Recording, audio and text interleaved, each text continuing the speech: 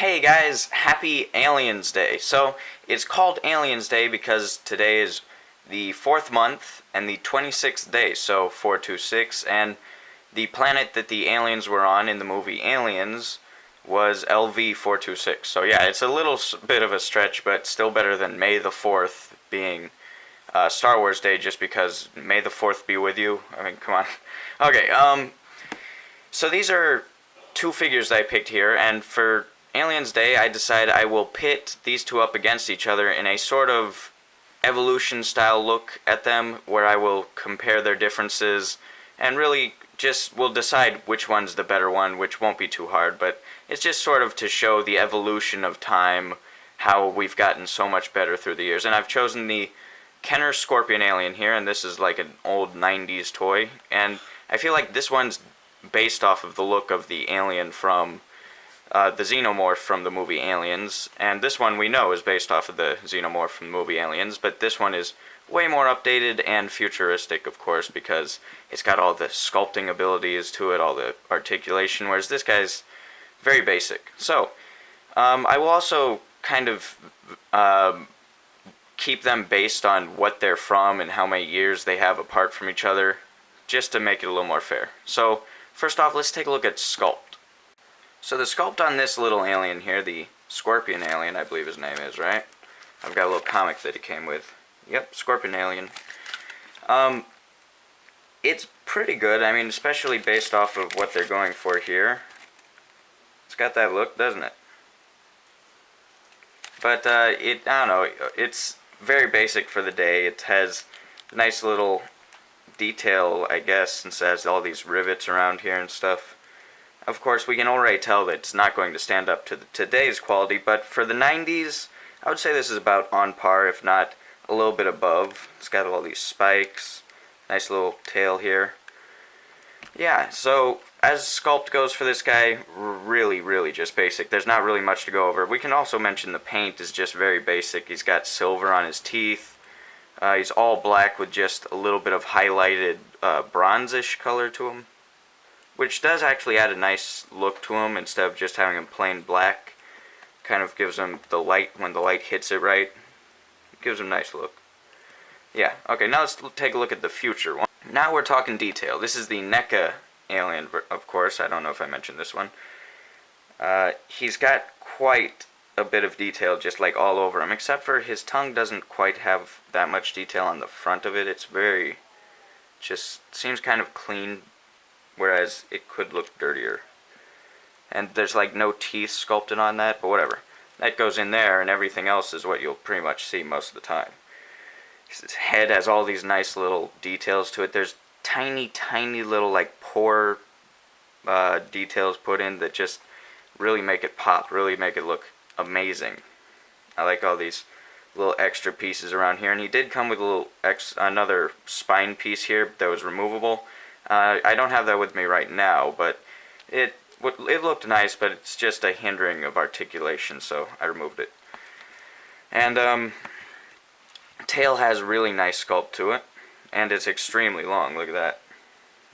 I like how long it is. I believe that's accurate to the movie, at least how it was supposed to be. I don't know if the costume that they actually had was that long.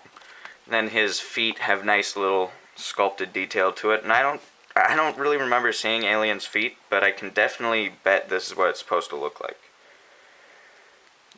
Got every little detail. He's even got a weird crotch hole there, which I'm not sure is for me. That's where they spew that weird sticky fungus stuff that they put on the walls. Ugh. Let's just hope that that's spit. Yeah. And trying to hope that spit is it kind of makes it weird, because spit's not exactly a clean, nice thing. Ugh. Okay, so the sculpt is definitely nice on him, but the paint is a bit odd, but I do like it. It seems a little too brown, like if it was just more of a highlighted color it would look nice, but like on the torso here you can see that the brown's really on there. Then like in some parts it's a little more black with not as much shading and stuff. Yeah, just a little odd, but doesn't make it look too bad. I would have preferred if it was just like little dry brushing worth of brown, and then everything else was mostly black. Basically how he has it, only a little more toned down. Yeah. So the sculpt and paint on this guy is really excellent. I would say of the two, he's probably got the better. He's definitely got the better sculpt. But for their times, does he have the better sculpt? Yeah, I think so, because compared to the 90s, this guy's about on par. Compared to nowadays, this guy is way better than like a Marvel Legends figure. And for his price point of $20, it's amazing, really. Okay, so now let's take a look at articulation. Articulation on this little guy here is not all that great. I mean, you've got the head movement here that doesn't really do 360, but does move side to side. And then the arm moves all the way around, 360, same with the other arm. So far we have 3 points of articulation. And at the legs, he can kick forward with both legs and back. So that makes it 5 points of articulation plus a tail, so 6 points of articulation. Now that's pretty much standard for the 90s. I mean, there were G.I. Joe figures, of course, that were much more articulated. There's 12-inch figures, 3 3/4 inch. But for figures that are about 5 inches tall, this is about standard. Yeah. Just nothing all that wild about it or anything. It's just, I don't know, very on par with the day. So let's take a look at the big alien here and see how his articulation. Now, as you can guess, it's going to be a lot more articulated than this guy, but really what we're trying to see is if he's on par at least with the articulation as most figures of today. So to start off with the head sort of has a movement to the side, but it's kind of stiff on mine. It's very tight, like right at the joint, and I get the feeling like it might snap, so I don't move it too much more than that. And then his head can move down this much, that's quite a bit. Can move up that much, wish it could go up a bit more, but that's still good. Then at the shoulders, he can not pull his arm up to a right angle at all. It won't really go up that way, but you can bring it up this way. Yeah, not very nice. Full 360 spin at the shoulder there. Then he has sort of under the shoulder at sort of the bicep, there's a swivel that can go 360. Then at the elbow, there's a double jointed elbow, as you can see. And then at the wrist, can go up, down, and spin. So a lot of articulation in the arm area here, same on both sides. And then on the waist here, there's a bit of twist. Not bad. I've seen a lot of people break it at this point, though, because Neca's not known for having the best quality, like plastic or engineering with the joints, and it causes for a lot of breakings. So far it hasn't happened with me, but I kind of fear that it will, because this guy's getting kind of loose over time. I mean, he is Series 1. He's from like 2012, was it? Not sure. Let me check his foot. I think it's 2013. Okay. So he is 3 years old at this point-ish. So you gotta give him a little leeway for that. And then at the waist, he can kind of move up and forward and backward, I guess. Not much. At the legs, there's a kick off to the side. He can kick forward, kick backwards.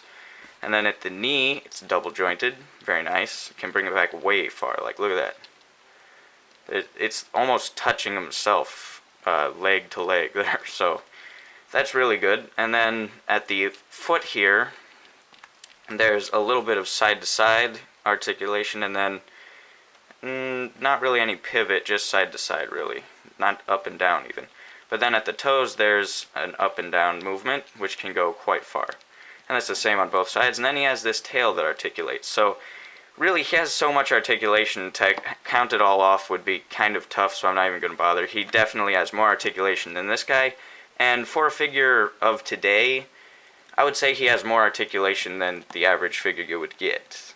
Because though double jointed elbows and knees are common and stuff like that, having the extra toe articulation, and I didn't mention his jaw articulation, that's going the extra mile. He even has a tongue articulation. How many figures do you know that can have their tongue stick out?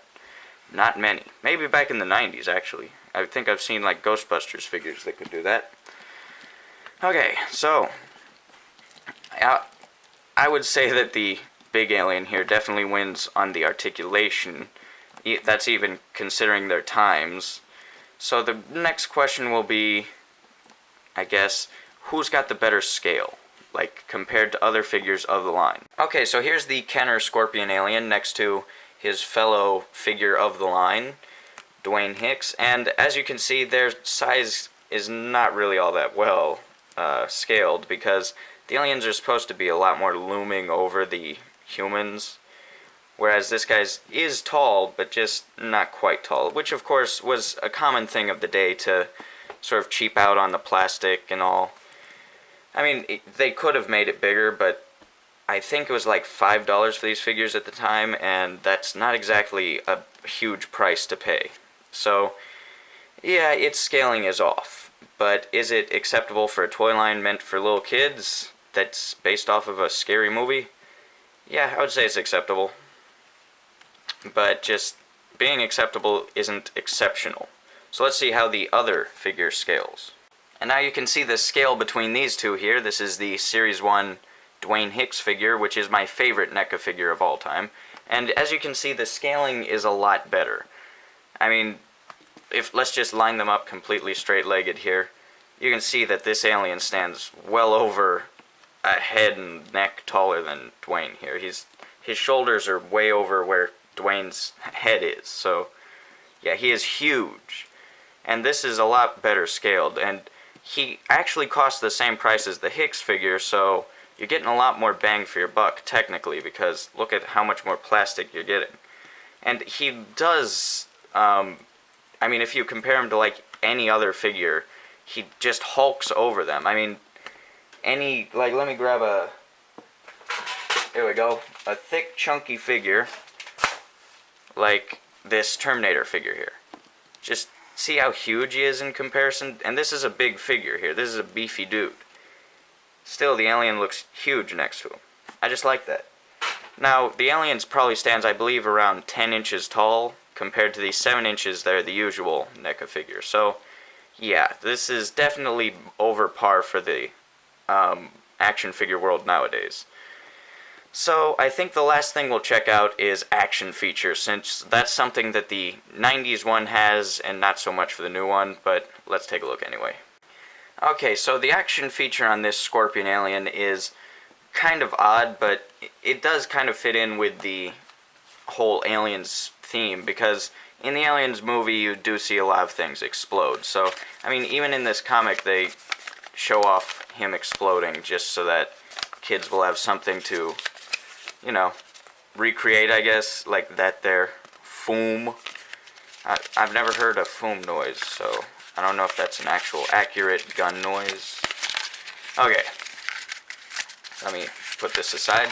And now let's take a look at the ridiculous action feature that is actually still kind of fun to play with, even to this day. So there's this little button on his back that's very tight, and usually with an action feature on toys, you accidentally hit it, and then you're ruined and have to put the stuff back together and go scrambling around on the floor to find pieces.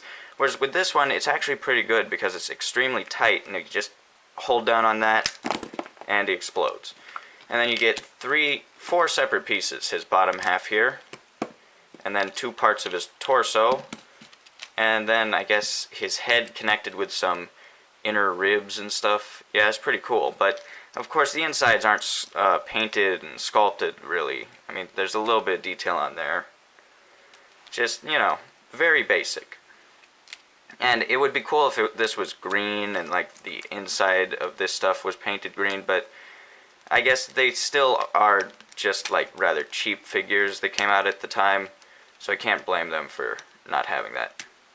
So let me assemble this guy back together, and we'll take a look at the action feature that this guy has, which I know what you're thinking, he probably doesn't really have an action feature, but I'm just going to classify a few things as action features. Okay, now we can take a look at the action features on this guy. So I'm kind of debating whether I can even classify these as action features, but I mean, since he does have a tail that bends with wire that goes all the way up to almost the tip, I'm going to classify that as an action feature just because it's not so much an articulation point, just because, I mean, I consider this articulation. For this, I'd consider that bendability, posability, not quite articulation. I don't know. Just my opinion, it does kind of come across as an action feature that you would find on an older toy or what have you. And then his mouth opening up is pretty much an action feature, right? Come on. You can classify that as an action feature, even though there's no button that you press that shoots the tongue out or anything. I think it basically classifies. And for nowadays, this action feature is not common. It's this stuff here is rather hard to come by, so that does make this guy look a little bit better, whereas this guy, for his time, exploding action figures were extremely common. So, as we can tell from what we've seen, these guys are not exactly even close to each other, but it's nice to see how we've come so far in the action figure world, and this guy here does not really hold up as a collectible thing that you would like set on your desk to show off how awesome it is. However, it is nice to take a look at how old it was and how neat it is, and for a kid this is a lot more fun to play with than this one because durability comes in, and this guy is not extremely durable. He is definitely made for adult collectors, and I've seen even adult collectors run into horrible breaks with these guys. So this guy is not that great, whereas little guy here, I've seen him take a nuke to the face and still live. I mean, like literally, I've seen him drop out of a window, hit the floor, go into 1,000 pieces, but then you put him back together because that's his exploding ability. And that durability does make him a little bit better. So to compare them to each other, this guy is definitely better. That's even considering price ranges and age differences. But when it comes to durability, if you were buying these for kids, this one would definitely be the one. If you're buying for an adult, that one. Okay, so tell me what you guys think. Does he hold up throughout time at all? Not quite for me. So make sure to like, comment, share, and subscribe. I will see you guys in the next video, and hope you had a fun Aliens Day. I'm sure most of you didn't even know it was Aliens Day. I just know about this because of Facebook. So, see you guys. Peace.